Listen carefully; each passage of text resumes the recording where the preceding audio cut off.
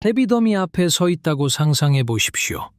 한여름이고 기온은 섭씨 30도에 육박하는데 코끝을 찌르는 것은 흙내음이 아니라 썩은 내와 암모니아 냄새가 뒤섞인 악취입니다. 파리들이 더미 주위를 윙윙거리며 날아다닙니다. 이웃은 벌써 2번이나 항의를 해왔습니다. 당신은 이번 달에만 벌써 4번째로 퇴비더미를 뒤집으며 땀을 흘리고 있고 이것이 정말 옳은 방법인지 의구심이 듭니다. 쇠스랑을 손에 든 채 서 있노라면 이런 생각이 듭니다.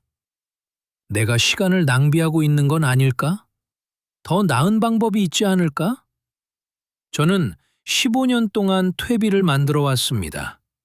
15년 동안 마당에 폐기물을 모으고 층을 쌓고 뒤집고 물을 주고 온도를 모니터링했습니다. 책을 읽고 세미나에 참석하고 고온 퇴비 화장치, 노지 퇴비더미, 지렁이 상자, 환기구멍이 완벽한 밀폐형 시스템 등 다양한 방식을 시도해 보았습니다. 탄질비를 계산하고 퇴비더미 중심부에 온도계를 꽂고 흙을 쥐어짜며 수분을 테스트했습니다. 네, 때로는 좋은 퇴비를 만들기도 했습니다. 하지만 2년 전 저는 이 모든 것을 완전히 그만두었습니다. 유기물을 활용한다는 아이디어를 포기해서가 아니라 훨씬 더 효과적인 방법을 발견했기 때문입니다. 왜 진작 이 방식으로 하지 않았을까 싶을 정도였죠. 오늘 저는 여러분께 그 방법이 정확히 무엇인지 보여드리려 합니다. 시작하기 전에 한 가지 부탁이 있습니다. 아직 이 채널을 구독하지 않으셨다면 지금 구독해 주세요. 알림 설정도 잊지 마십시오. 여기서 공유하는 정보는 앞으로 몇 달 혹은 몇 년 안에 매우 중요해질 수 있기 때문입니다. 이 영상에 좋아요를 눌러 더 많은 사람에게 전달되도록 도와주시고 끝까지 시청해 주시기 바랍니다. 오늘 제가 보여드릴 것은 단순한 방법론이 아니라 토양 비옥도에 대한 여러분의 접근 방식 전체를 바꿀 시스템이기 때문입니다. 모든 것은 마지막에 하나로 연결되며 왜 이것이 지금 생각하시는 것보다 훨씬 더 중요한지 이해하게 되실 것입니다. 우리는 자급자족이 낭만적인 아이디어에서 실질적인 생존 전략으로 바뀌는 시대에 살고 있습니다. 식료품 가격은 선형적으로 오르는 것이 아니라 기하급수적으로 오르고 있습니다. 5년 전에는 저렴했던 것들이 이제는 사치품이 되었습니다. 공급망은 점점 더 취약해지고 있습니다. 먼 나라의 폭풍, 국경의 분쟁, 우리가 잘 모르는 지역의 가뭄 하나로 갑자기 마트 진열대에서 물건이 사라집니다. 화학비료는 점점 비싸져서 많은 이들이 감당할 수 없는 수준이 되었습니다. 질소비료 생산의 필수적인 가스 가격은 몇 배로 뛰었습니다. 인산염은 고갈되어 가고 광산은 한정되어 있으며 이러한 자원 확보를 위한 지정학적 긴장은 고조되고 있습니다. 동시에 우리 토양은 황폐해졌다는 사실을 알고 있습니다. 수십 년간의 집약농업으로 인해 많은 곳의 부엽토층이 최소치로 줄어들었습니다. 독일, 오스트리아, 스위스의 일부 지역에서는 휴머스 함량이 2% 미만입니다.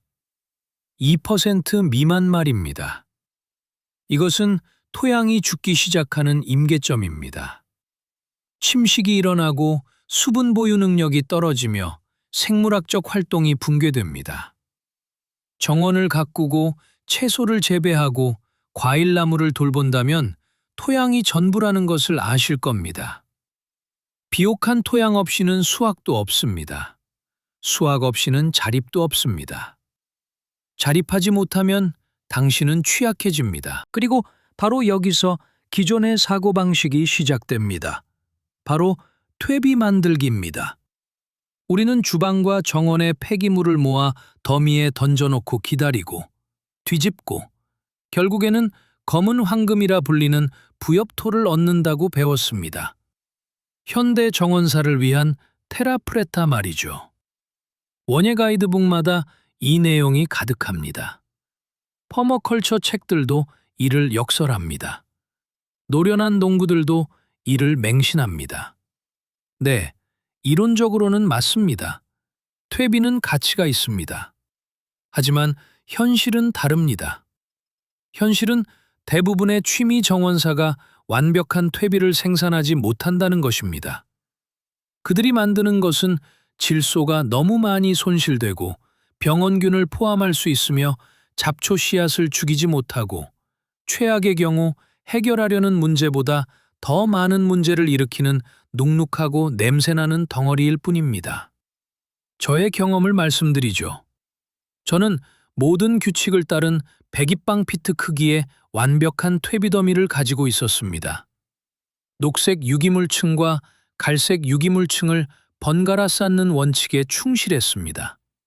수분을 적절히 유지하고 공기가 순환되도록 신경 썼습니다. 퇴비 촉진제를 사용하고 암석가루를 뿌리고 심지어 질소 공급원으로 제 소변까지 보탰습니다. 그럼에도 불구하고 6개월 뒤 제게 남은 것은 중간은 너무 건조하고 가장자리는 너무 축축하며 반쯤은 썩지도 않은 더미였고 몇 주 동안 사투를 벌여야 했던 쥐떼만 끌어들였습니다. 설령 제대로 한다고 해도 완벽한 탄질비를 맞추고 적절한 수분을 유지하며 정기적으로 뒤집어준다고 해도 당신은 시간과 영양분 그리고 에너지를 잃고 있는 것입니다. 퇴비화 과정에서는 이런 일이 일어나기 때문입니다. 미생물이 산소가 있는 상태에서 유기물을 분해합니다. 이를 호기성 분해라고 합니다. 이 과정에서 열이 발생합니다. 아주 많은 열 말입니다. 잘 작동하는 퇴비더미는 중심부 온도가 화씨 140도, 160도, 때로는 175도, 섭씨 약 60돌 80도까지 올라갑니다. 잡초 씨앗을 죽이고 병원균을 파괴하기에 충분한 열기죠. 그것이 장점입니다. 하지만 바로 여기에 문제가 있습니다. 이 열은 다름 아닌 소실되는 에너지입니다. 탄소의 형태로 대기 중으로 탈출하는 에너지 말입니다. 당신이 정성껏 모은 식물잔해 속의 탄소는 이산화탄소로 변해 사라져버립니다.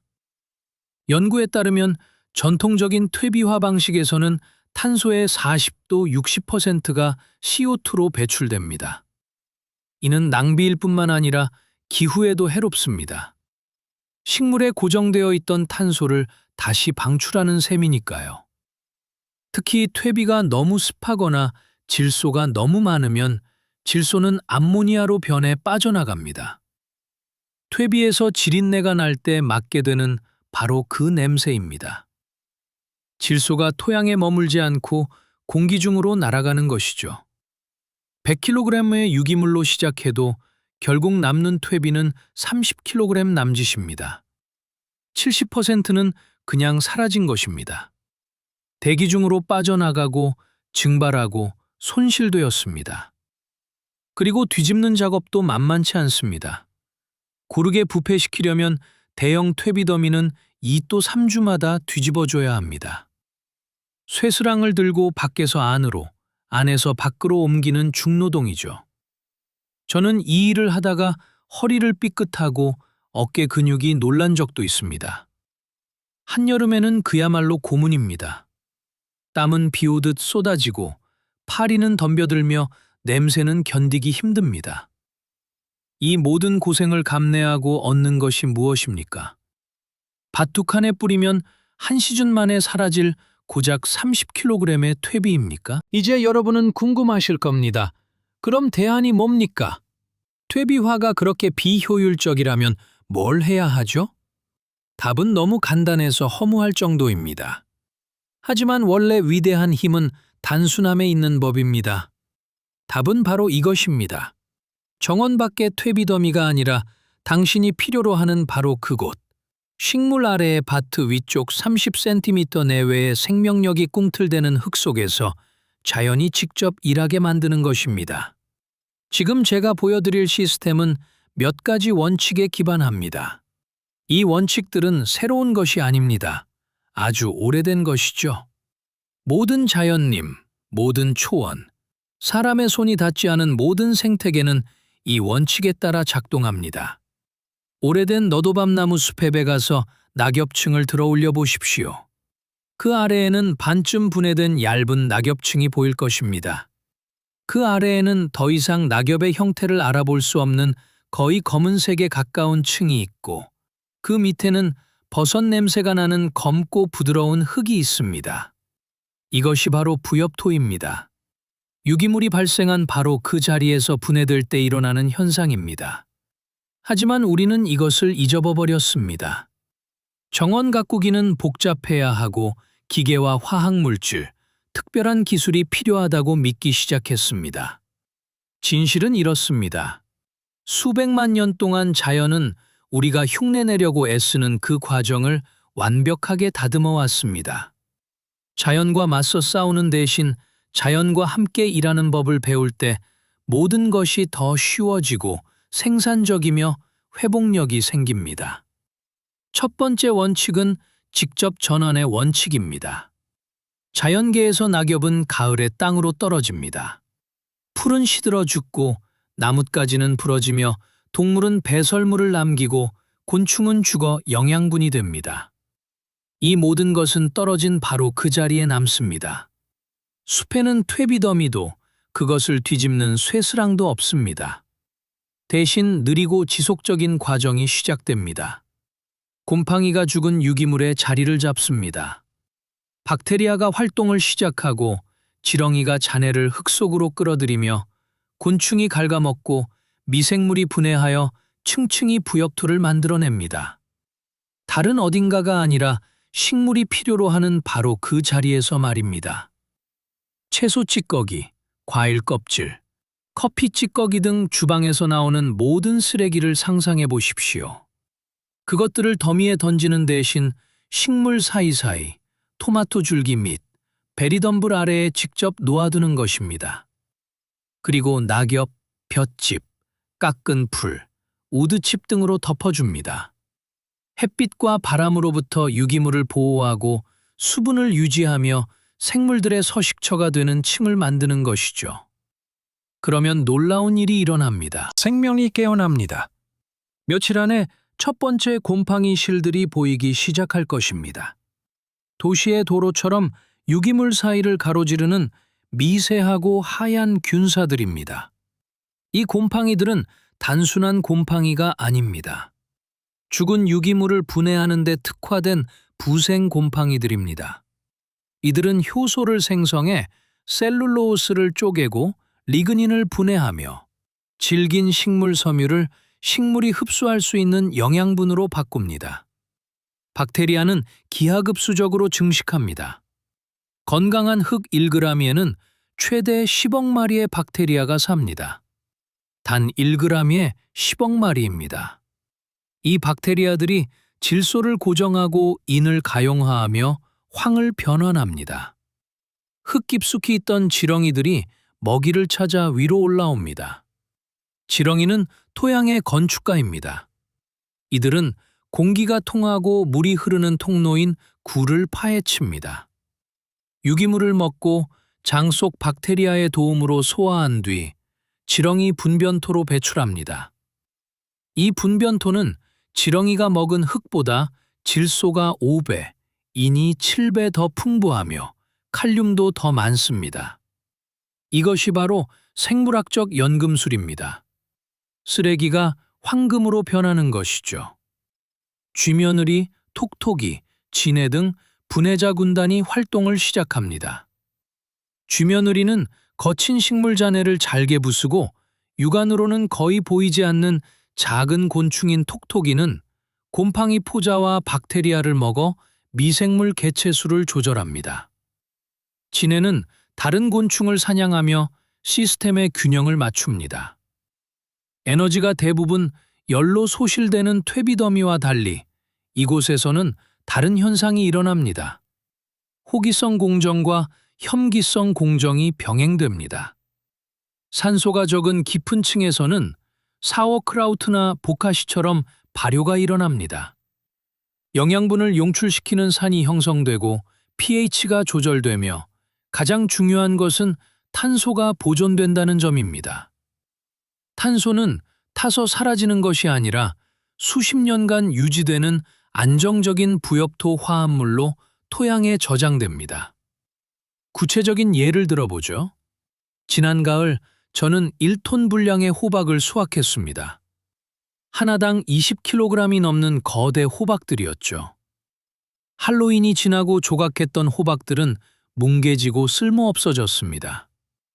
예전 같으면 퇴비더미에 던졌겠지만 이번에는 잘게 잘라 이듬해 봄에 토마토를 심을 밭에 직접 넣었습니다. 그리고 낙엽으로 30cm 두께로 덮었죠. 12월에 확인해 보니 호박은 이미 반쯤 분해되어 있었고 3월이 되자 완전히 사라졌습니다. 그 아래 흙은 검고 포슬포슬하며 지렁이로 가득했습니다. 그리고 그곳에 심은 토마토는 비료 한 방울 주지 않았음에도 제가 키운 것 중 가장 생산성이 좋았습니다. 두 번째 원칙은 상시 지표 피복의 원칙입니다. 전통적인 농사법에서는 땅을 파고 괭이질을 하고 김을 매어 흙을 드러내 놓습니다. 그리고 왜 땅이 메마르는지, 왜 잡초가 무성해지는지, 왜 토양 구조가 무너지는지 의아해합니다. 자연 어디에도 맨흙은 존재하지 않습니다. 사막조차도 자갈이나 죽은 식물 조각 혹은 지각으로 덮여 있습니다. 맨흙은 죽은 흙이기 때문입니다. 한여름에 햇빛이 내리쬐면 지표면 온도는 섭씨 40조 50도까지 올라갑니다. 이 온도에서는 미생물들이 죽습니다. 토양의 생명력을 하나로 묶어주는 미세한 균사들이 말라 부스러집니다. 수분은 증발합니다. 덮개가 없는 토양은 뜨거운 날 하루에 평당 수리터의 물을 공중으로 날려보낼 수 있습니다. 그냥 낭비되는 것이죠. 바람은 가장 미세한 입자들을 앗아갑니다. 영양분을 붙잡아두는 가장 소중한 점토 입자들 말입니다. 침식은 대규모 농경지만의 문제가 아닙니다. 흙이 노출되어 있다면 여러분의 정원에서도 일어납니다. 빗방울이 직접 지면을 타격하면 흙이 다져져서 때알 구조가 파괴됩니다. 물은 침투하지 못하고 지표면을 따라 흐르며 녹아있는 영양분을 휩쓸고 갑니다. 정작 필요한 것을 잃게 되는 것입니다. 대신 상시 멀칭층을 유지하면 시스템 전체가 바뀝니다. 토양 온도가 일정하게 유지됩니다. 제가 직접 측정해 보았습니다. 덮개가 없는 밭의 지표면 5cm 아래 온도는 밤에 10도에서 낮에 35도까지 춤을 추었지만 멀칭을 한 밭은 15도 21도로 일정했습니다. 이 안정성은 미생물에게 매우 중요합니다. 미생물들은 극한의 추위나 더위에 시달리지 않고 지속적으로 활동할 수 있습니다. 여름에는 시원하게 유지됩니다. 멀칭층이 햇빛을 반사하고 토양을 절연하기 때문입니다. 겨울에는 따뜻하게 유지됩니다. 멀칭층이 담요처럼 작동하여 서리로부터 보호합니다. 저는 이 멀칭 아래에서 11월까지 자라는 상추를 키웠는데 이웃 정원의 상추가 모두 얼어 죽을 때 제 상추는 멀쩡했습니다. 수분은 저장됩니다. 물을 주는 횟수가 줄어들고 때로는 전혀 줄 필요가 없습니다. 섭씨 30도의 날씨가 3주간 이어졌던 7월에도 물을 단 한 번도 주지 않은 밭이 있습니다. 식물들은 마치 봄인 양 초록빛으로 강인하고 생명력이 넘쳤습니다. 멀칭 아래 흙은 축축했습니다. 젖은 게 아니라 적당히 촉촉한 상태였죠. 멀칭이 증발을 억제해 밤사이 내린 약간의 이슬만으로도 충분했던 것입니다. 빛이 땅에 닿지 않아 잡초가 발아하기 어렵습니다. 잡초 씨앗은 깨어나기 위해 빛이 필요합니다. 어둠 속에 있으면 휴면 상태를 유지하죠. 물론 그래도 싹을 틔우는 것들이 있습니다. 하지만 그때도 훨씬 쉽습니다. 멀칭을 살짝 걷어내고 뿌리가 얕은 잡초를 뽑은 뒤 다시 덮어주면 그만입니다. 매늑에서는 괭이질을 하고 땅을 파며 싸워야 하죠. 그리고 무엇보다 중요한 것은 토양 속 생명이 활발하게 유지된다는 점입니다. 토양 생물에게는 먹이가 필요하고 그 먹이는 유기물입니다. 지속적으로 멀칭을 해줌으로써 이 생명들에게 먹이를 주는 것입니다. 스스로 조절하는 살아 숨쉬는 유기체를 만드는 셈입니다. 기량작용을 하는 박테리아와 곰팡이가 우세해져 질병이 억제됩니다. 영양분은 식물이 필요로 하는 바로 그 순간에 방출됩니다. 토양은 꿈틀거리는 생태계가 됩니다. 제 정원에는 3년 동안 땅을 파지 않은 밭들이 있습니다.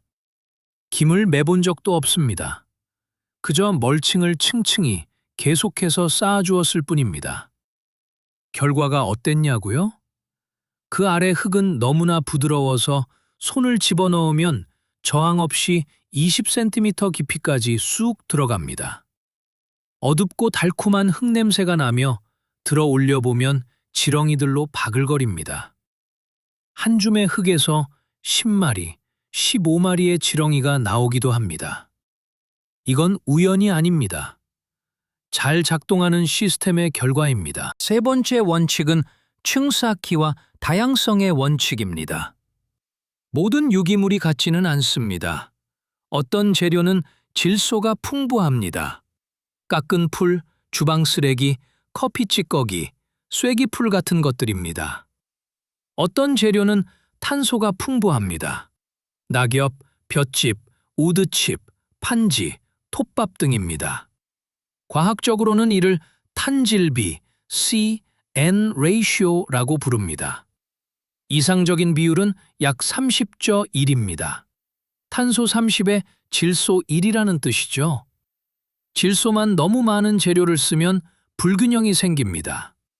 미생물이 폭발적으로 증식하며 산소를 다 써버리고 혐기성 부패가 일어납니다. 갓 깎은 풀을 두껍게 쌓아두었을 때 일어나는 현상이죠. 이틀만 지나면 검고 끈적하며 악취나는 덩어리가 됩니다. 암모니아가 발생하고 파리가 알을 낳아 문제가 생깁니다. 반대로 탄소만 너무 많은 재료를 쓰면 분해가 극도로 느려집니다. 볏짚만 깔아두면 썩는데 몇 년이 걸릴 수도 있습니다. 왜일까요? 미생물이 에너지를 얻으려면 질소가 필요하기 때문입니다. 질소가 없으면 그들은 굶주립니다. 탄소를 효율적으로 분해할 수 없죠. 재료는 거의 변하지 않은 채 그대로 방치됩니다. 하지만 층을 쌓고 번갈아 넣어주면 균형 잡힌 시스템이 만들어집니다. 주방 쓰레기가 생겼다고 가정해 봅시다. 이건 질소가 풍부한 재료입니다. 밭으로 가서 멀칭층을 살짝 걷어내고 쓰레기를 흙 위에 직접 놓은 다음 다시 낙엽이나 볏짚으로 두껍게 덮어줍니다. 쓰레기는 질소와 수분, 쉽게 이용 가능한 영양분을 공급합니다. 낙엽은 탄소와 구조, 그리고 장기적인 영양 저장고 역할을 합니다. 이 둘이 만나 분해를 위한 완벽한 환경을 조성합니다. 재료별 특성을 더 자세히 설명해 드리죠. 깎은 풀은 탄질비가 약 15저 1로 질소가 매우 풍부합니다. 또한 수분이 80%에 달해 다루기 까다롭습니다. 두껍게 깔면 뭉쳐서 썩어버리죠. 해결책은 간단합니다. 햇볕에 하루 이틀 말려서 사용하십시오. 수분은 날아가고 재료는 가볍고 보송보송해집니다. 아니면 즉시 마른 재료와 섞어주십시오. 풀 1에 마른 낙엽 2의 비율이면 완벽합니다. 낙엽은 수정에 따라 다릅니다. 참나무 잎은 질기고 탄닌산이 많아 천천히 썩습니다. 탄질비는 50저 1 정도입니다. 장기적인 멀칭층으로는 좋지만 빠른 영양 공급에는 부적합하죠. 너도밤나무 잎은 더 부드럽고 빨리 분해됩니다. 탄질비는 약 40저 1입니다. 호두나무 잎에는 다른 식물의 성장을 억제하는 주글론이라는 성분이 있습니다. 토마토나 감자, 고추에는 좋지 않지만 베리류 덤불에는 아주 좋습니다. 볏짚은 거의 순수한 탄소입니다. 탄질비 80저 1이죠. 구조재나 오래 유지되는 멀칭재로 이상적입니다. 저는 길목이나 딸기 아래 겨울용 덮개로 쓰지만 영양 활동이 활발해야 하는 밭에는 단독으로 쓰지 않습니다. 항상 질소 재료와 조합해서 씁니다. 우드칩은 흥미롭습니다. 간 만든 칩은 탄질비가 500저 1에 달할 정도로 탄소 덩어리입니다. 이를 흙 속에 직접 섞어 넣으면 질소를 고정해 버립니다. 식물이 질소기근에 시달리게 되는데 이것이 그 유명한 질소기아 현상입니다. 하지만 지표면에 멀칭으로만 깔아두면 그런 일은 일어나지 않습니다. 분해는 흙과 닿는 면에서만 일어나며 토양 생태계에서 공급되는 질소로 충분히 감당 가능합니다. 1초 2년이 지나면 칩들은 반쯤 분해됩니다. 탄질비는 100덩 1 정도로 개선되며 이때는 얕게 흙과 섞어 주어도 좋습니다. 또 하나 많은 사람이 간과하는 점이 있습니다. 바로 재료의 크기입니다. 굵은 가지나 통나무는 썩는 데 수년이 걸립니다. 하지만 기능이 있습니다. 스펀지처럼 물을 저장하는 것이죠. 나무는 자기 무게의 300%까지 물을 흡수할 수 있습니다. 퍼머컬처에서는 이를 휴겔컬처라고 부릅니다. 나무를 땅에 묻어 장기적인 수분 저장고로 만드는 것이죠. 이 원칙을 응용해 다른 재료를 쌓기 전 밭바닥에 굵은 가지들을 놓을 수 있습니다. 저는 높은 이랑의 팔뚝 굵기의 가지들을 한층 쌓고 그 위에 잔가지, 낙엽, 퇴비와 흙을 차례로 얹어 보았습니다. 이 밭은 저수지처럼 물을 먹었습니다. 3년 동안 물을 준 게 단 한 번뿐이었습니다. 잘게 부순 낙엽, 깎은 풀, 파쇄한 잔가지처럼 작은 재료들은 더 빨리 분해됩니다. 이들은 즉각적인 영양분을 공급합니다. 토마토, 호박, 양배추처럼 영양을 많이 소모하는 작물에 완벽하죠. 재료의 크기와 혼합 비율을 조절함으로써 여러분은 영양분 방출 속도를 제어할 수 있습니다. 이를 기억하는 사람은 드물지만 이것이야말로 여러분이 가진 가장 강력한 지렛대 중 하나입니다. 제가 실천하는 방식을 보여드리죠. 제 정원에는 구역이 나뉘어 있습니다. 1구역은 영양을 많이 먹는 채소밭입니다. 여기에는 매주 신선한 재료를 보충합니다. 낙엽아들 아래 주방 쓰레기를 넣고 쐐기 풀과 섞은 풀을 얇게 깔아 자주 교체해 줍니다. 2구역은 베리덤불과 다년생 식물 구역입니다. 여기에는 더 오래 머무는 두꺼운 층을 만듭니다. 우드칩, 거친 낙엽, 심지어 나뭇가지도 사용합니다. 3구역은 과일나무입니다. 여기서는 대부분 그대로 둡니다. 떨어진 과일, 낙엽 등이 제자리에 머물게 하죠. 자연이 알아서 할 수 있도록요. 네 번째 원칙은 바이오차 통합의 원칙입니다. 이제 정말 흥미로운 부분이 나옵니다. 식물성 수치라고도 불리는 바이오차는 유기물을 수치로 만든 것입니다. 아마존 지역의 원주민들은 수백 년 전 테라프레타라는 것을 만들었습니다. 오늘날의 일반적인 열대 토양보다 훨씬 더 비옥한 검은 흙입니다. 그 비결은 유기물, 뼈, 쓰레기, 도자기 파편 등과 섞인 바이오차였습니다. 수춘 다공성 구조라 표면적이 엄청나며 수분과 영양분을 스펀지처럼 저장합니다. 과학적으로 설명해드리죠. 바이오차는 열분의 과정을 통해 만들어집니다. 산소가 없는 상태에서 바이오마스를 가열하는 것이죠. 섭씨 400졸 700도의 온도에서 재료는 타는 대신 탄화됩니다. 남은 것은 순수한 탄소에 가까운 다공성 구조체입니다. 현미경으로 보면 바이오차는 스펀지처럼 보입니다. 수백만 개의 미세한 구멍이 통로로 연결되어 있죠. 바이오차 1g의 표면적은 축구장 절반 크기에 달할 수도 있습니다. 이 구조가 바이오차를 소중하게 만듭니다. 구멍들은 물을 저장합니다. 바이오차가 10% 포함된 토양은 그렇지 않은 토양보다 물을 40% 더 많이 머금을 수 있습니다. 가뭄의 시대에 이는 생명줄과 같습니다. 표면은 질소, 인, 칼륨 같은 영양분을 붙잡습니다. 영양분들은 수채에 흡착되어 씻겨 내려가지 않습니다. 비가 많이 와서 영양분이 깊은 곳으로 유실되기 쉬운 지역에서도 바이오차는 모든 것을 식물이 이용 가능한 상태로 붙들어둡니다. 하지만 이건 시작일 뿐입니다. 생물학적으로 바이오차는 처음에 불활성 상태입니다. 아무 일도 하지 않고 화학적으로 안정되어 수세기 동안 거의 변하지 않습니다. 하지만 발효를 시키거나 퇴비와 섞거나 쐐기풀 액비나 소변에 담가 영양분을 충전하면 토양 생명체의 촉매제가 됩니다. 박테리아와 곰팡이들이 그 미세한 구멍 속에 자리를 잡습니다. 그들은 그곳에서 포식자로부터 보호받고 건조함으로부터 안전을 찾습니다. 흡착된 영양분이라는 먹이를 찾고 이상적인 환경을 만납니다. 숯은 미생물을 위한 거대한 도시, 서식처가 됩니다.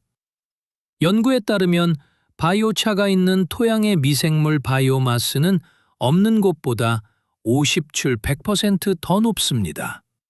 더 많은 박테리아, 더 많은 곰팡이, 더 많은 생명과 활동을 의미합니다. 그리고 이 미생물들이 바로 여러분의 식물을 먹여 살리고 질병을 억제하며 토양의 구조를 만듭니다. 바이오차는 직접 만들 수 있습니다. 생각보다 쉽습니다. 뚜껑이 있는 통이 필요합니다. 낡은 드럼통이면 완벽하죠? 불과 나무 혹은 다른 바이오마스가 필요합니다. 저는 전정하고 남은 나뭇가지를 씁니다. 마른 덤불이나 대나무도 좋습니다. 통을 가득 채우고 불 위에 올려 가열합니다. 처음에는 하얀 연기가 나오는데 수증기입니다. 그 다음에는 노란색의 진한 연기가 나옵니다. 타르나 가스 같은 휘비발성 화합물입니다. 연기가 가늘어지고 거의 투명해지면 열분해가 완료된 것입니다. 이제 뚜껑을 닫아 공기 공급을 차단합니다. 재료는 여전히 벌겋게 달아올라 있지만 산소가 없으면 더 타지 않습니다. 탄화되는 것이죠. 몇 시간 뒤 식으면 통을 엽니다. 안에는 가볍고 구멍이 숭숭 뚫린 잠재력 가득한 숯이 들어 있습니다. 이 숯을 잘게 부수어야 합니다. 저는 자루에 넣고 망치로 두드려 1치 2cm 크기로 만듭니다. 그 다음 가장 중요한 단계인 충전이 이어집니다. 간 만든 바이오차는 pH가 10이 넘는 강알칼리성이라 식물에 해를 끼칠 수 있습니다. 또한 비어 있습니다. 아무 영양분도 저장하지 않은 상태죠? 이대로 뿌리면 토양의 영양분을 빨아들여 식물을 굶주리게 합니다. 그래서 충전이 필요합니다. 저는 여러 방법을 써보았습니다. 가장 간단한 것은 숯과 퇴비를 1:1로 섞어 4주간 두는 것입니다. 퇴비의 미생물이 숯으로 옮겨가고 영양분이 흡착됩니다. 4주 뒤면 활성화됩니다. 또 다른 방법은 희석한 소변에 담가두는 것입니다. 소변은 훌륭한 질소원이며 인과 칼륨도 함유하고 있습니다. 소변 1에 물 10의 비율로 섞어 숯을 일주일간 담가둡니다. 숯이 영양분을 스펀지처럼 빨아들입니다. 채로 걸러내면 바로 사용할 수 있습니다. 제가 가장 선호하는 세 번째 방법은 보카시 숯입니다. 숯을 발효된 보카시와 섞고 미네랄을 공급하는 암석가루를 더해 4주간 발효시킵니다. 그 결과물은 영양분과 미생물, 미네랄이 가득한 토양을 위한 특효약이 됩니다. 충전된 숯을 밭에 넣을 때는 멀칭과 섞어줍니다. 지표면에 평당 몇 리터 정도 뿌리고 낙엽이나 볏짚으로 덮습니다. 몇 달에 걸쳐 숯은 지렁이의 활동과 빗물에 의해 상층 토양으로 퍼져나갑니다. 효과는 놀랍습니다. 바이오차가 있는 토양의 식물은 가뭄에 훨씬 강합니다. 제가 실험해 보았습니다. 동일한 조건의 두 밭에서 한 곳에만 바이오차를 넣었죠. 물 없이 3주가 지나자 숯이 없는 밭의 식물은 시들해졌고 잎이 처졌습니다. 하지만 숯이 있는 밭의 식물은 여전히 초록빛을 띠며 생생했습니다. 차이는 극명했습니다. 또한 질병에 더 강해집니다. 저는 수년간 토마토 역병으로 고생했습니다. 매년 늦어도 8월이면 병이 돌았죠. 하지만 바이오차를 쓴 이후로 단 한 번도 역병에 걸리지 않았습니다. 단 한 번도요? 왜일까요? 숯 속의 미생물들이 항생물질을 만들고 병원균을 억제하며 식물의 면역 체계를 강화하기 때문입니다. 식물은 더 빨리 자라고 더 많은 열매를 맺습니다. 토마토는 더 커졌고 애호박은 더 생산적이며 상추는 더 풍성해졌습니다. 수확량을 과학적으로 정밀 측정하진 않았지만 두 시즌을 겪어본 체감은 확실합니다. 그리고 최고의 장점은 이 숯이 수세기 동안 토양에 남는다는 것입니다. 분해되지 않습니다. 테라프레타의 탄소연대 측정 결과 그 안의 숯은 2000년이 넘은 것으로 밝혀졌습니다. 2000년 동안 여전히 활성 상태인 것이죠. 퇴비는 몇 년이면 완전히 분해되지만 바이오차는 남습니다. 여러분은 단기적인 시비가 아니라 장기적인 비옥도를 구축하고 있는 것입니다. 여러분의 자녀와 손주들을 먹여 살릴 흙을 만드는 셈입니다. 다섯 번째 원칙은 표적 발효의 원칙입니다. 여기서 우리는 주방에서는 익숙하지만 정원에서는 거의 쓰이지 않는 개념을 접하게 됩니다. 발효는 산소 없이 일어나는 분해 과정입니다. 혐기성 분해죠. 이 과정에서 산, 효소, 비타민, 프로바이오틱스 박테리아가 생성됩니다. 사워크라우트, 요거트, 사워도우, 김치를 떠올려 보십시오. 이 과정은 영양분을 보존하고 흡수하기 쉽게 만들며 부패와 질병을 막습니다. 왜 발효가 그렇게 효과적일까요? 발효에 관여하는 미생물들, 특히 유산균이 환경을 산성화하기 때문입니다. pH가 약 4까지 떨어지는데 이 수치에서는 대부분의 부패균과 병원균이 살 수 없습니다. 억제되는 것이죠. 동시에 영양분은 보존됩니다. 퇴비 같은 호기성 분해 시에는 질소와 탄소가 공중으로 날아가지만 발효 중에는 재료 안에 머뭅니다. 정원에서는 유기물을 밀폐 용기에서 미리 발효시켜 사용할 수 있습니다. 이를 보카시라고 합니다. 보카시는 일본어로 발효된 유기물이라는 뜻입니다. 시스템은 간단합니다. 뚜껑과 거름망이 있는 양동이에 주방 쓰레기를 층층이 담습니다. 5cm 정도 쌓을 때마다 유용 미생물 액을 뿌리거나 보카시 발효 촉진제를 뿌려줍니다. 이는 쌀겨, 당밀, 그리고 유산균, 효모, 광합성 세균 위주의 미생물이 혼합된 것입니다. 공기방울을 제거하기 위해 층을 꾹꾹 눌러줍니다. 공기는 적입니다. 혐기성 상태를 원하니까요. 그러고 나서 양동이를 밀폐합니다. 2to 3일 뒤면 발효가 시작됩니다. 냄새로 알 수 있죠? 뚜껑을 열면 사워크라우트나 피클처럼 새콤달콤한 향이 납니다. 썩은 내가 아닙니다. 절대 썩은 내가 나선 안 됩니다. 악취가 난다면 뭔가 잘못된 것입니다. 아마 통 안에 공기가 너무 많았을 겁니다. 2to 3주가 지나면 재료가 발효됩니다. 겉보기엔 이전과 똑같습니다. 채소 조각들이 그대로 보이지만 유산균과 효소로 가득 차 있죠? 이제 결정적인 단계입니다.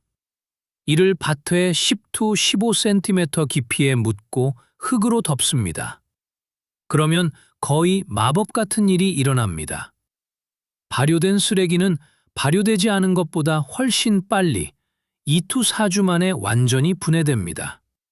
당신이 투입한 미생물들이 토양에 정착합니다. 그들은 병원균을 억제합니다. 안정적인 부엽토 화합물을 만들고 식물이 즉시 흡수할 수 있는 형태로 영양분을 방출합니다. 저는 발효와 직접 멀칭을 결합해 사용합니다. 주방에 보카시 양동이를 3개 두고 씁니다. 하나가 가득 차면 발효되도록 두고 다음 통을 채우기 시작하죠. 2주마다 완성된 통이 나옵니다. 저는 삽으로 구멍을 파고 그 내용물을 밭에 묻습니다. 구멍을 파고 보카시를 넣고 흙으로 덮으면 끝입니다. 그 위에는 두꺼운 멀칭을 얹어주죠. 결과는 이렇습니다. 퇴비 더미를 뒤집지 않고도 식물에게 지속적으로 영양을 공급하게 됩니다. 악취도, 파리도, 영양 손실도 없습니다. 이 시스템은 매우 효율적이어서 이렇게 관리하는 밭에는 추가 비료를 줄 필요가 전혀 없습니다. 결코요. 식물들은 뿌리 바로 밑에 살아있는 토양에서 필요한 것을 얻습니다. 보카시의 또 다른 장점은 고기 찌꺼기, 생선 폐기물, 유제품 등 모든 것을 발효시킬 수 있다는 점입니다. 일반 퇴비에서는 이런 재료들이 악취, 쥐, 질병 문제를 일으키지만 보카시에서는 안전하게 발효됩니다. 산 성분이 병원균을 죽이기 때문입니다. 발효된 재료를 묻을 때는 이미 안전한 상태입니다. 또한 보카시 통에서는 액체가 생성되는데 이를 보카시 액비라고 합니다. 이 즙은 아주 소중합니다. 산성이고 영양분과 미생물이 가득하죠. 이를 액체 비료로 쓸 수 있습니다.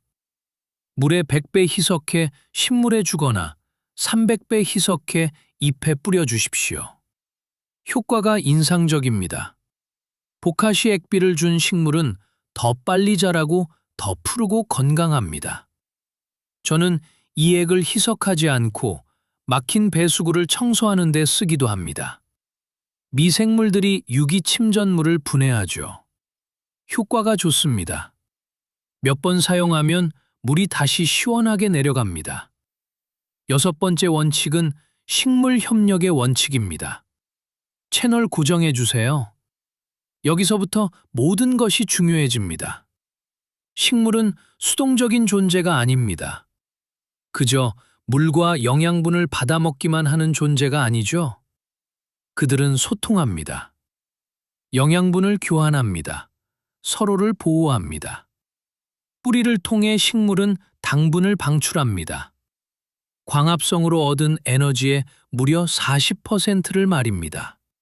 40%입니다. 이것은 엄청난 투자입니다. 왜 그럴까요? 미생물을 유인하기 위해서입니다. 뿌리에서 분비되는 이 삼출물, 이들이 유인제입니다. 박테리아와 곰팡이들이 냄새를 잡고 근권을 형성합니다. 근권은 뿌리 바로 주변의 몇 밀리미터 두께의 구역입니다. 이곳의 미생물 농도는 주변 토양보다 1000배나 높습니다. 1000배입니다.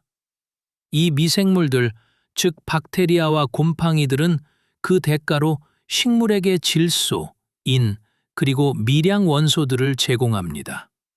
어떤 박테리아는 공기 중 질소를 고정하고 어떤 곰팡이는 바위에서 인을 녹여내며 어떤 것들은 식물 성장을 자극하는 호르몬을 생성합니다. 당분과 영양분을 맞바꾸는 공생이자 거래인 셈입니다. 여러분은 이 시스템을 활용할 수 있습니다. 채소이랑 사이에 콩, 완두콩, 클로버, 루핀, 살갈키 같은 콩과 식물을 심으십시오. 이 식물들은 뿌리 혹박테리아와 파트너십을 맺습니다. 박테리아는 뿌리털로 침투해 혹을 만들고 그 안에서 공기 중의 질소를 고정합니다. 콩을 캐보면 뿌리에 달린 작고 분홍빛이 도는 혹들을 볼 수 있을 겁니다. 각 혹은 대기 중 질소를 식물이 이용 가능한 암모늄으로 바꾸는 공장입니다. 콩 한 포기는 1년에 약 100, 200g의 질소를 고정할 수 있습니다. 이는 약 50g의 화학 비료와 맞먹는 양입니다. 콩 10포기를 심은 평당 구역이라면 500g 이상의 화학 비료를 공짜로 얻는 셈이죠. 수확 후 콩을 뽑아버리는 대신 줄기를 잘라내고 뿌리를 땅에 남겨두면 이 뿌리 시스템이 썩으면서 고정된 질소를 다음 세대 식물에게 직접 방출합니다. 동시에 뿌리는 땅속을 파고들어 흙을 부드럽게 만들고 공기와 물의 통로를 만듭니다. 뿌리가 썩은 후에도 이 통로들은 남습니다. 다른 식물의 뿌리, 물, 그리고 미생물들에게는 고속도로가 되는 것이죠. 뿌리가 깊은 식물과 얕은 식물을 섞어 심으십시오. 당근 옆에 상추를, 토마토 옆에 바지를, 옥수수 옆에 호박을 심는 식입니다. 서로 다른 뿌리 깊이는 서로 다른 토양층을 활용하고 서로 다른 영양분을 끌어올립니다. 당근은 30초 40cm 깊이까지 들어가고 상추는 상층부 10cm에 머뭅니다. 경쟁이 없습니다. 두 식물 모두 자기만의 공간이 있는 것이죠. 컴프리, 서양토풀, 민들레 같은 식물들은 이른바 역동적 축적자입니다. 이들은 토양 깊은 곳에서 미네랄을 끌어올려 잎에 저장합니다. 컴프리는 뿌리가 2m까지 내려갑니다. 채소 작물은 절대 닿지 못할 깊이에서 칼륨, 칼슘, 인을 끌어올리죠. 컴프리를 잘라 멀칭으로 쓰면 이 미네랄들을 채소 작물이 이용할 수 있는 지표면으로 직접 가져오는 셈이 됩니다. 저는 정원 곳곳에 전략적으로 컴프리를 심어두었습니다. 4주마다 한 번씩 베어내죠. 정말 믿기 힘들 정도로 빨리 다시 자랍니다. 저는 그 잎들을 멀칭제로 씁니다. 컴프리 한 포기가 한 시즌에 5토 7kg의 잎을 제공합니다. 깊은 땅 속에서 얻은 수 킬로그램의 칼륨을 공짜로 얻는 것이죠. 서양 토풀은 또 다른 챔피언입니다. 유황, 구리, 칼슘을 축적하며 유익한 곤충들을 유인합니다. 꽃등에, 기생벌, 무당벌레 등이 서양 토풀꽃을 사랑합니다. 이 곤충들은 진딧물, 애벌레 등 온갖 해충에 대항하는 여러분의 동맹군입니다. 민들레는 잡초로 취급받지만 그 고든 뿌리는 다져진 층을 뚫고 영양분을 끌어올리며 죽은 뒤에는 물이 깊은 곳으로 흐를 수 있는 통로를 남깁니다. 저는 밭 사이사이에 민들레를 자라게 둡니다. 씨가 맺히기 전에 잘라 멀칭으로 쓰죠. 어린 잎은 식용으로도 좋고 비타민C와 철분이 풍부합니다. 늙은 잎은 멀칭이 됩니다. 이것이 역동적인 영양순환입니다. 외부 유입도 유출도 없습니다. 모든 것이 시스템 안에 머뭅니다. 그리고 이 방식으로 오래 일할수록 토양은 더 비옥해집니다. 외부에서 무언가를 더해서가 아니라 내부의 순환을 최적화함으로써 말이죠. 협력의 또 다른 차원이 있는데 바로 균근입니다. 식물 뿌리와 공생하며 사는 곰팡이들입니다. 균사는 종에 따라 뿌리 세포 안으로 침투하거나 겉을 감싸며 식물을 흙과 연결합니다. 이 균사들은 뿌리털보다 훨씬 미세합니다. 아주 작은 토양 구멍까지 침투해 뿌리가 도저히 닿을 수 없는 곳에 영양분을 가져옵니다. 1세제곱미터의 흙에는 무려 100km의 균사가 들어있을 수 있습니다. 100km입니다. 이 균사들은 여러 식물을 연결하는 네트워크를 형성합니다. 이를 우드 와이드 웹이라고 부르죠. 식물들은 이 네트워크를 통해 영양분을 교환하고 해충에 대한 경고 메시지까지 주고받습니다.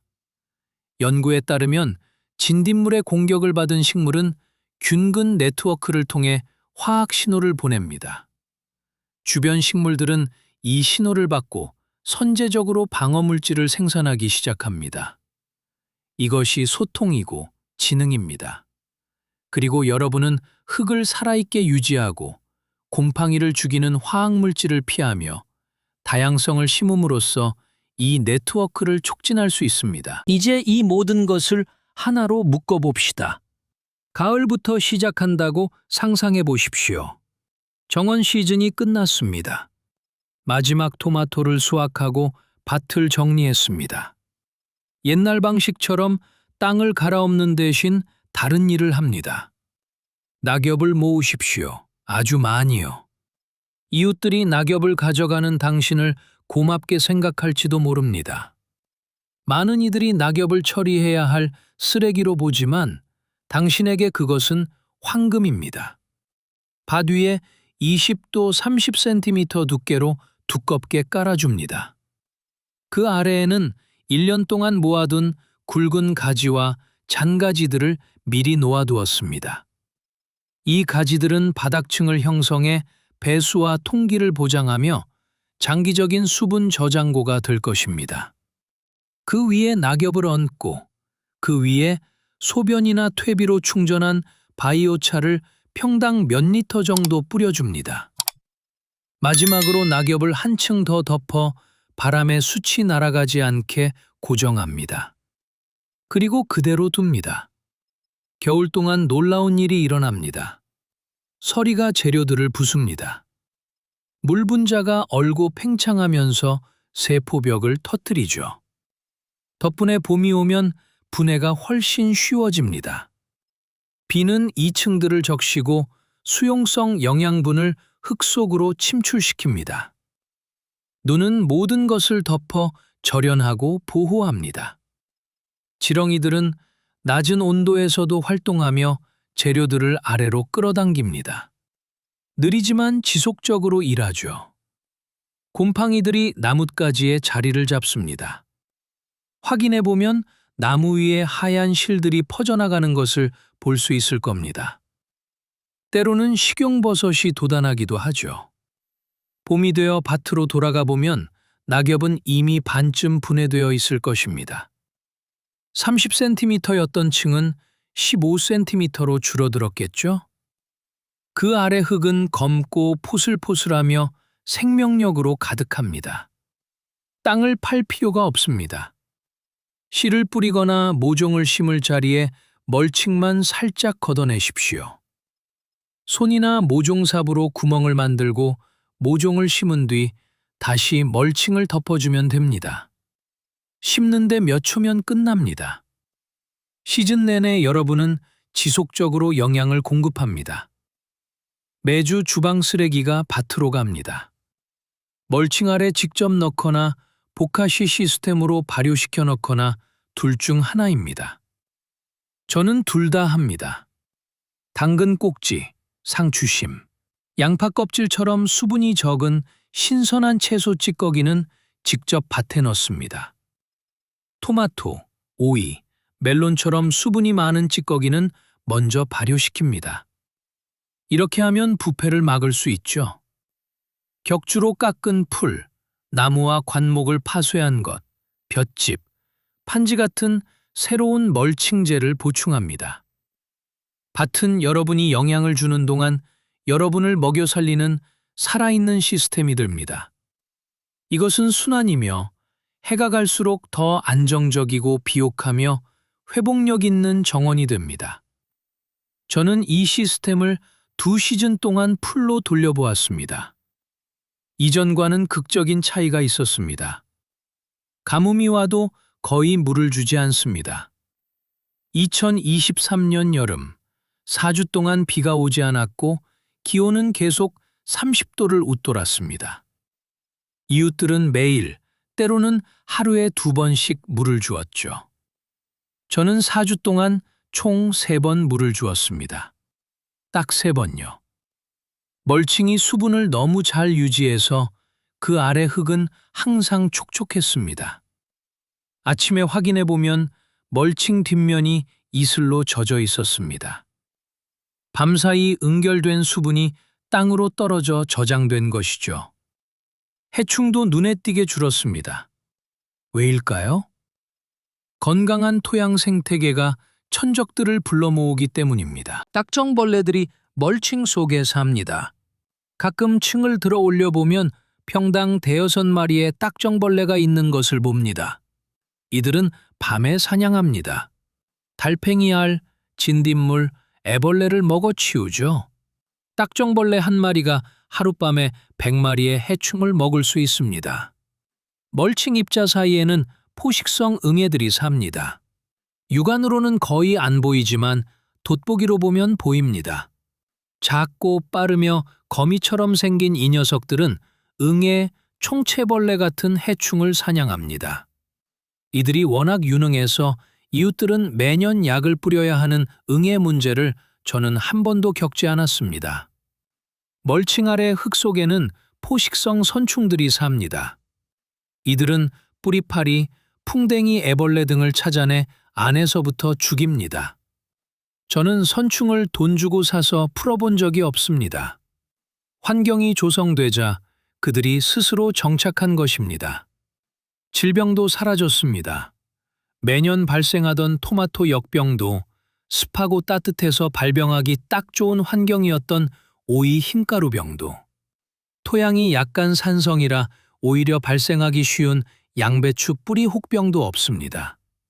토양이 너무나 살아있어서 기랑 미생물들이 병원균이 자리 잡기도 전에 억제해버리는 것입니다. 그리고 수확량도 크게 늘었습니다.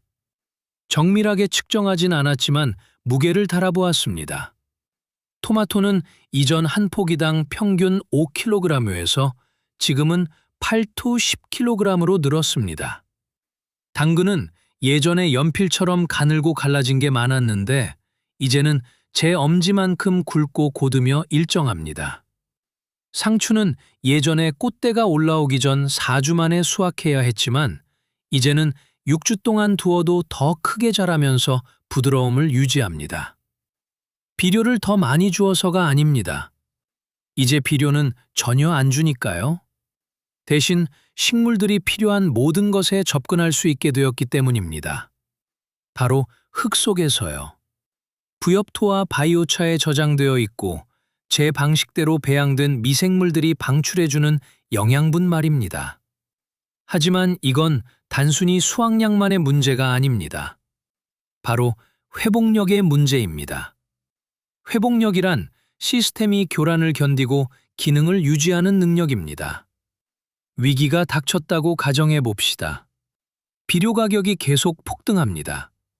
실제로 지난 3년 동안 3배나 올랐죠. 혹은 가스 공급 중단으로 비료 배급제가 시행됩니다. 전쟁이 격화되거나 팬데믹이 재발하거나 금융 시스템이 붕괴되어 공급망이 완전히 끊어집니다.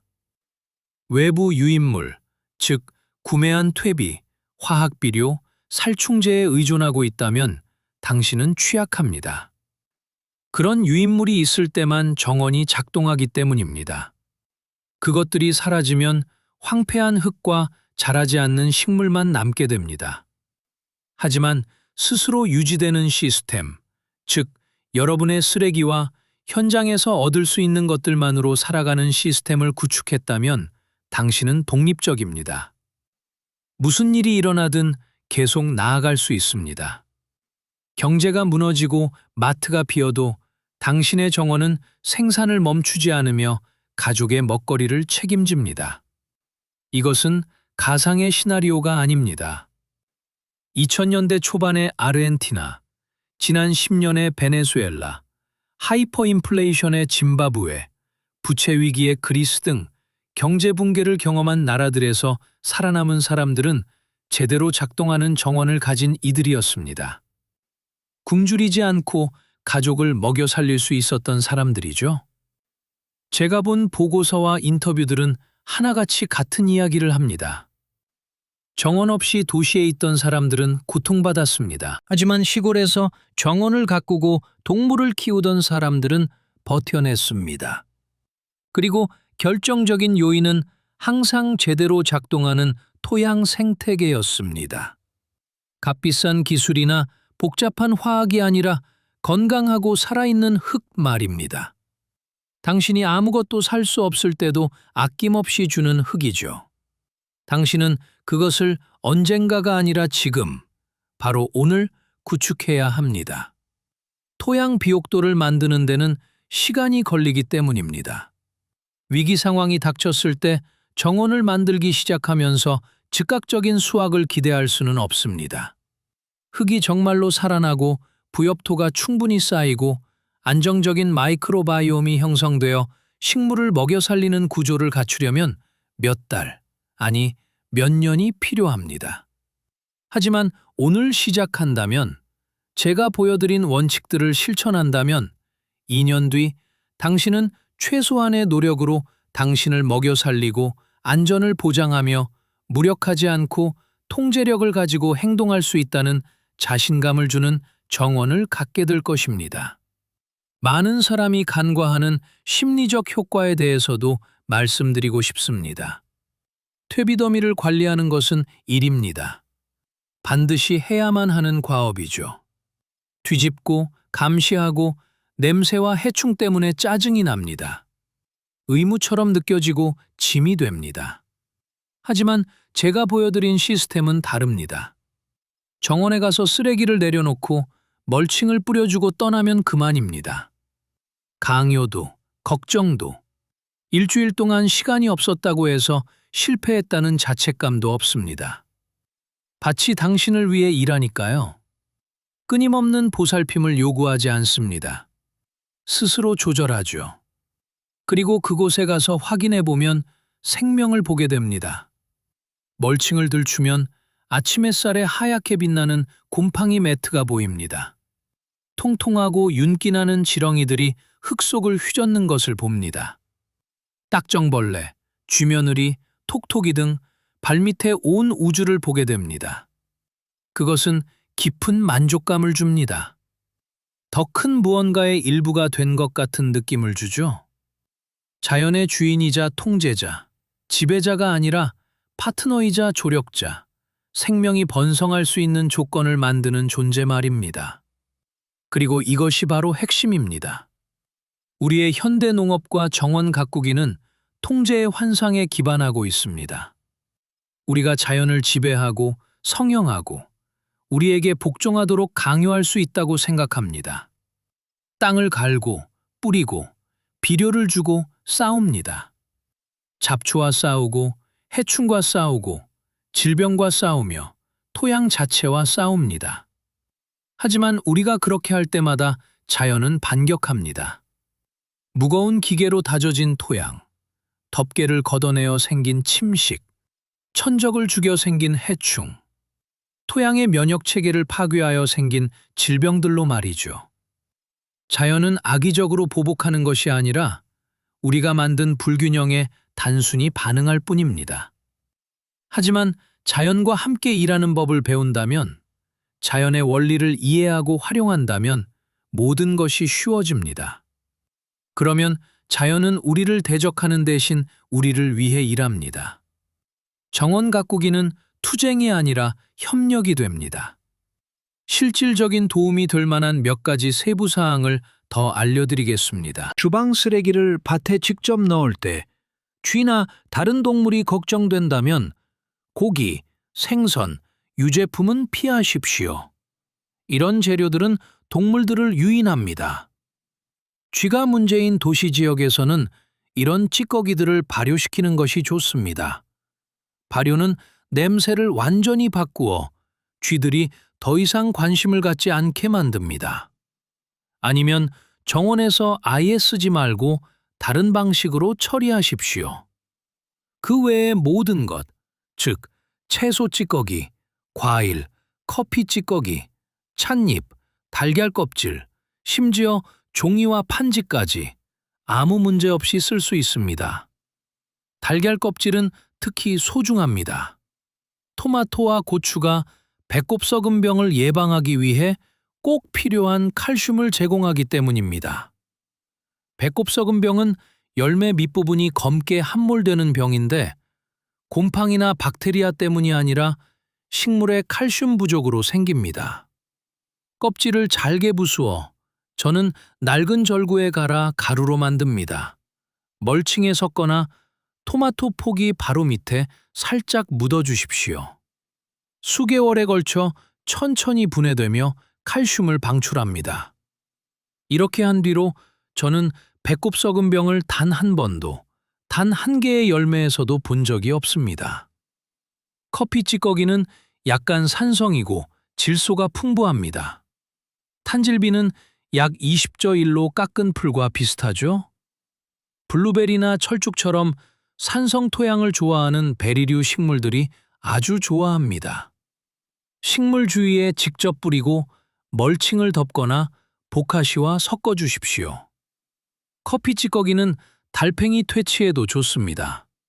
거친 질감이 달팽이를 쫓는 것 같습니다. 저는 어린 상추 주변에 커피 찌꺼기 띠를 둘러보았는데 달팽이들이 통과하지 못하는 것을 관찰했습니다. 티백도 같은 방식으로 작동합니다. 다만 플라스틱 성분이 없는지 확인하십시오. 많은 현대적인 티백이 폴리프로필렌으로 접착되어 있는데 흙 속에 미세 플라스틱을 남기고 싶진 않으실 겁니다. 종이백만 쓰시거나 아예 찻잎만 쓰고 티백은 버리십시오. 깎은 풀은 강력하지만 잘못 쓰면 위험합니다. 신선한 풀은 질소가 매우 많고 수분이 가득합니다.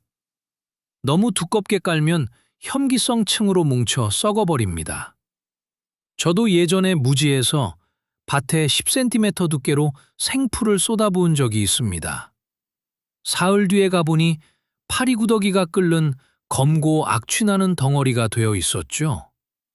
해결책은 사용 전 햇볕에 하루 이틀 말리는 것입니다. 수분이 빠져 가볍고 보송보송해집니다. 아니면 낙엽이나 볏짚 같은 마른 재료와 즉시 섞어 주십시오. 풀 1에 낙엽 2의 비율이면 완벽합니다. 우드칩은 오래 유지되어 밭 사이에 길을 만드는 데 탁월합니다. 잡초를 억제하고 깔끔해 보이며 분해가 아주 천천히 일어나 길 하나가 5년은 갑니다. 하지만 밭 자체에서도 특히 다년생 식물과 베리덤불 아래에서 제 역할을 합니다. 천천히 분해되면서 일시적으로 질소를 붙잡기도 하지만 장기적으로는 토양 구조를 엄청나게 개선합니다. 질소 손실이 걱정된다면 신선한 우드칩은 실제로 질소를 붙잡음으로 타당한 걱정입니다. 그 아래에 질소가 풍부한 재료를 한층 더 깔아주십시오. 쐐기풀이 딱 좋습니다. 컴풀이나 깎은 풀도 좋고요. 먼저 질소 재료를 깔고 그 위에 우드칩을 얹으십시오. 유소춘이 우드칩을 분해하는 미생물들에게 필요한 질소를 공급해 줄 것입니다. 당신의 식물은 아무것도 잃지 않습니다. 판지는 흔히 간과되는 재료입니다. 인쇄가 안 된 코팅되지 않은 골판지는 거의 순수한 판소입니다. 잡초를 누르기 위해 밭바닥에 깔 수 있습니다. 저는 새 밭을 만들 때 이렇게 합니다. 잔디나 잡초 위에 판지를 직접 깔고 그 위에 멀칭을 얹죠. 1년 뒤면 판지는 분해되지만 그 아래의 잔디와 잡초는 이미 질식해 사라졌습니다. 지렁이들이 판지를 먹어치우기 위해 파고들었기 때문에 흙은 부드러워집니다. 바로 심을 수 있게 되는 것이죠. 신문지도 비슷하게 작동하지만 더 빨리 분해됩니다. 저는 가끔 감자이랑 사이에 신문지를 씁니다. 잡초를 막아주고 감자를 수확할 때쯤이면 이미 반쯤 분해되어 있죠. 바이오차에 대해 제가 중요하게 생각하는 점을 하나 더 말씀드리자면 간묵 만든 숯은 pH가 높고 영양분을 방출하는 대신 붙잡아 버릴 수 있다는 것입니다. 이것이 흔히 하는 실수입니다. 사람들은 바이오차를 만들고 열광해서 즉시 뿌리지만 식물이 더 잘 자라지 않는 것을 보고 실망합니다. 그러고는 바이오차가 효과가 없다고 생각하며 포기하죠. 하지만 문제는 숯이 충전되지 않았다는 것뿐이었습니다. 그러니 사용 전 반드시 충전하십시오. 최소 4주는 걸립니다. 저는 커다란 플라스틱 통에 숯을 충전합니다. 숯 한 층, 퇴비 한 층, 다시 숯 한 층, 보카시 한 층. 모든 것이 충분히 젖도록 수분을 더해줍니다. 뚜껑을 닫고 둡니다. 4주 뒤에 열어서 섞고 뿌려줍니다. 잘 충전된 숯은 좋은 냄새가 납니다. 흙냄새, 곰팡이 냄새, 살아있는 냄새가 나죠. 암모니아 냄새가 난다면 너무 습했거나 질소가 너무 많았던 것이지만 괜찮습니다. 여전히 작동하니까요. 아무 냄새도 안 난다면 너무 건조했던 것이고 이것도 괜찮지만 효과는 조금 떨어집니다. 보카시용 유용 미생물을 구할 수 없다면 직접 만들 수도 있습니다. 저도 처음 시작할 때 돈을 많이 쓰고 싶지 않아 그렇게 했습니다. 씻지 않은 쌀알 한 줌을 작은 유리병에 담으십시오. 멸균된 우유가 아닌 가공되지 않은 생유나 신선한 전유로 덮으십시오. 일주일 정도 실온에 두되 햇빛은 피하십시오. 우유가 분리될 것입니다. 위에는 크림, 아래에는 유청이 남죠. 쌀알 표면에는 하얗고 때로는 약간 분홍빛이 도는 막이 형성됩니다.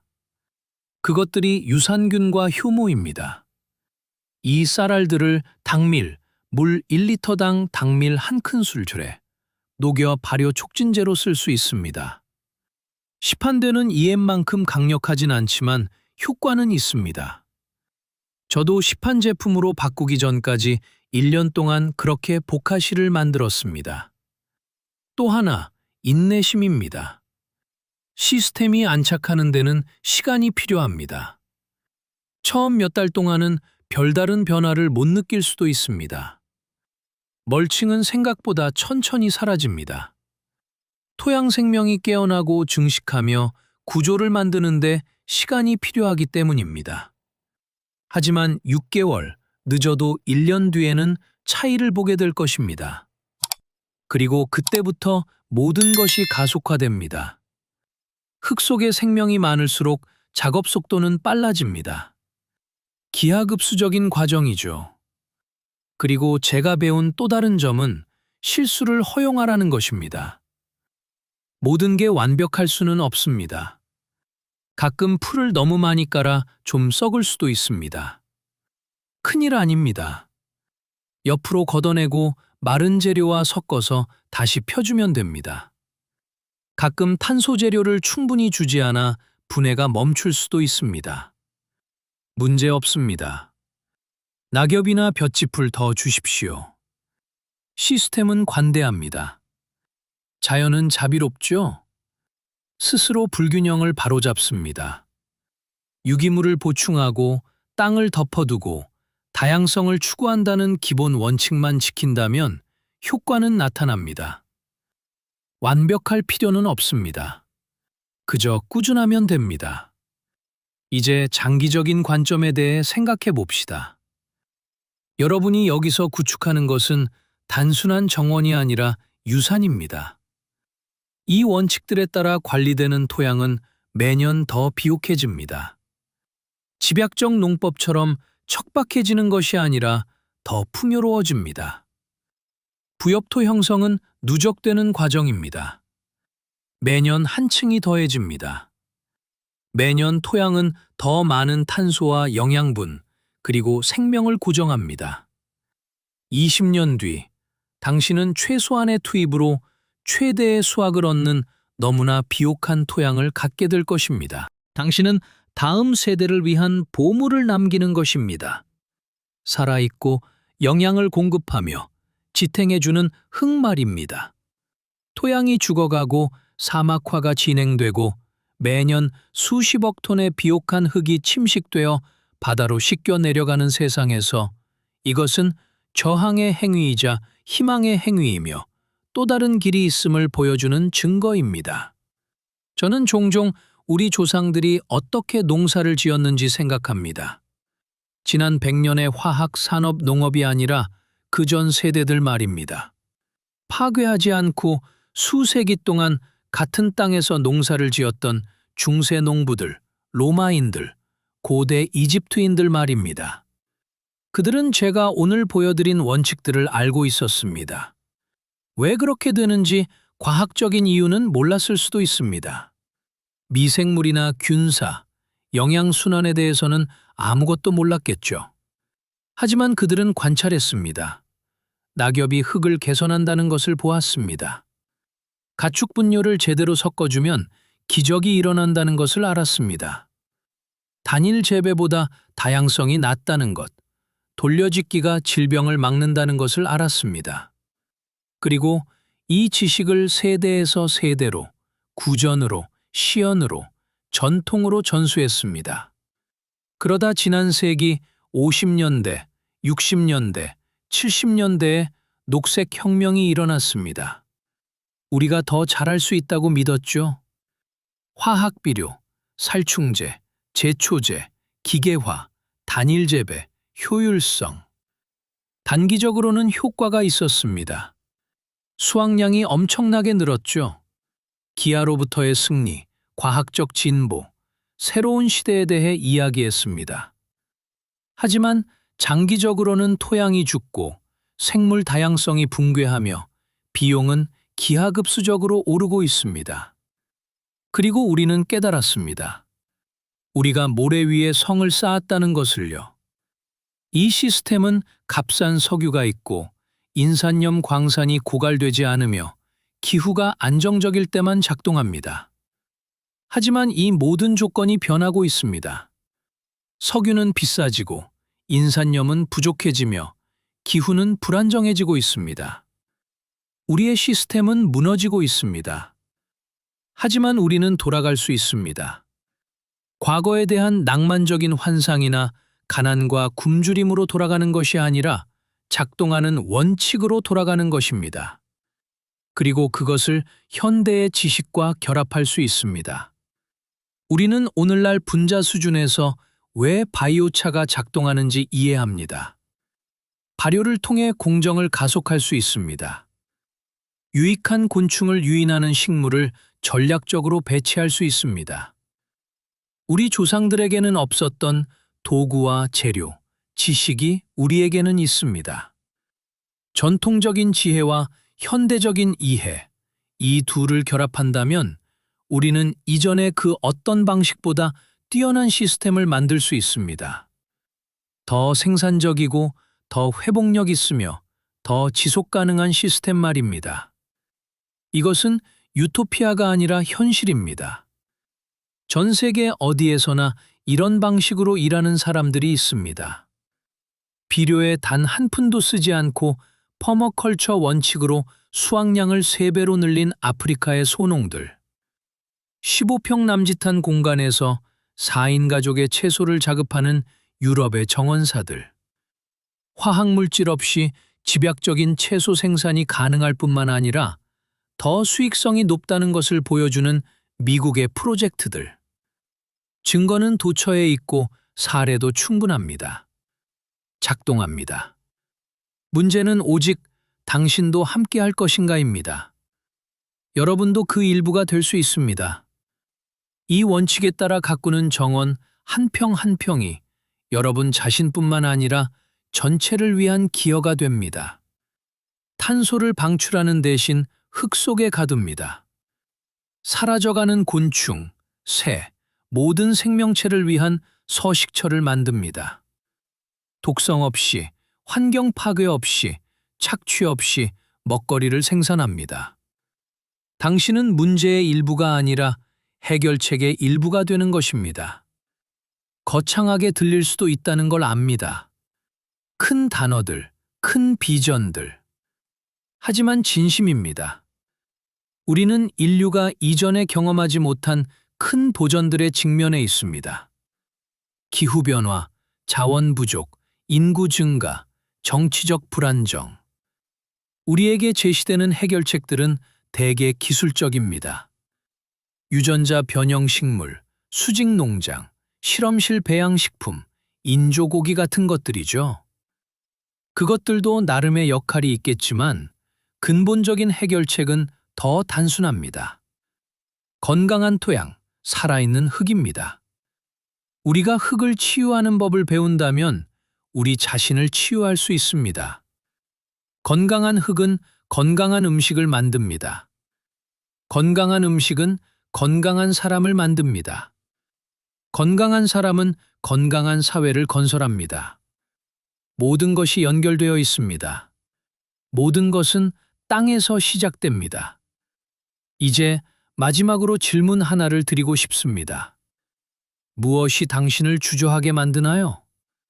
공간이 너무 좁다고 생각하실 수도 있습니다. 하지만 이 시스템은 모든 발코니, 모든 상자 텃밭, 모든 화분, 모든 작은 땅에서 작동합니다. 아파트에서도 복화실을 할 수 있습니다. 발코니 화분에도 멀칭을 할 수 있습니다. 상자 텃밭에서도 바이오차를 쓸 수 있습니다. 원칙은 어디에나 적용됩니다. 시간이 부족하다고 생각하실 수도 있습니다. 하지만 바로 그것이 핵심입니다. 이 시스템은 퇴비를 만드는 것보다 시간이 덜 듭니다. 뒤집거나 감시하거나 옮길 필요가 없기 때문입니다. 재료를 깔아두고 자연히 일하게 두면 됩니다. 일주일에 5분이면 충분합니다. 지식이 부족하다고 느끼실 수도 있습니다. 하지만 오늘 저는 여러분이 시작하는 데 필요한 모든 것, 즉 원칙, 기술, 세부 사항들을 다 알려드렸습니다. 나머지는 직접 해보고, 관찰하고, 실수하고 바로잡으면서 배우는 것입니다.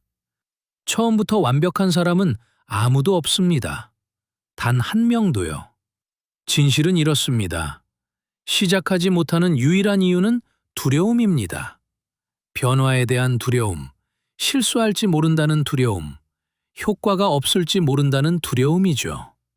뭐 그런 말도 안 되는 짓을 하느냐고 말하는 이웃들에게 비웃음을 살까봐 걱정되는 마음도 있을 겁니다. 하지만 이 두려움은 근거가 없습니다. 자연은 작동하고 싶어 합니다. 생명을 만들고 싶어 하죠. 당신은 그저 자연이 그렇게 하도록 두기만 하면 됩니다. 그러니 시작하십시오. 오늘, 지금 당장요. 정원으로, 발코니로, 텃밭으로 나가십시오. 평소라면 버렸을 주방 쓰레기를 챙기십시오.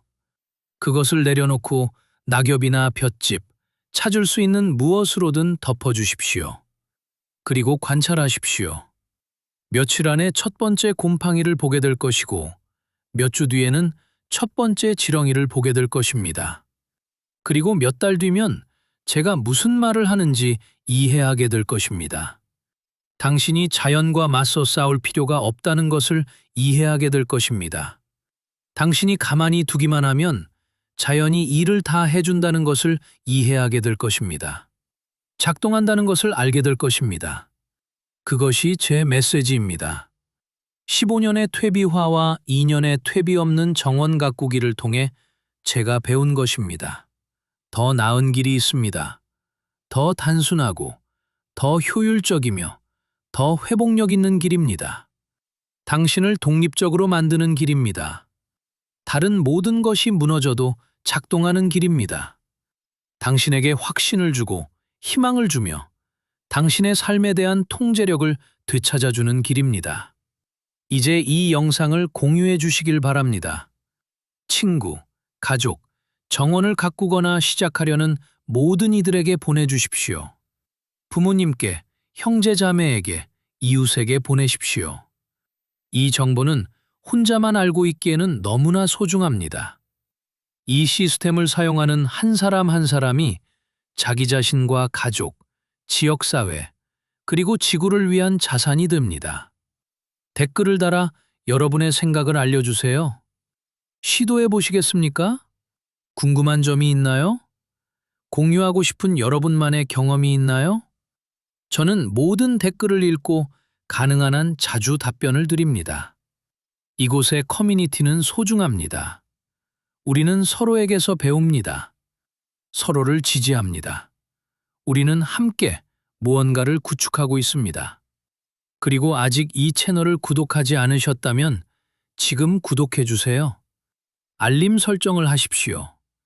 앞으로 몇 주 동안 더 많은 것들을 보여드릴 예정이기 때문입니다.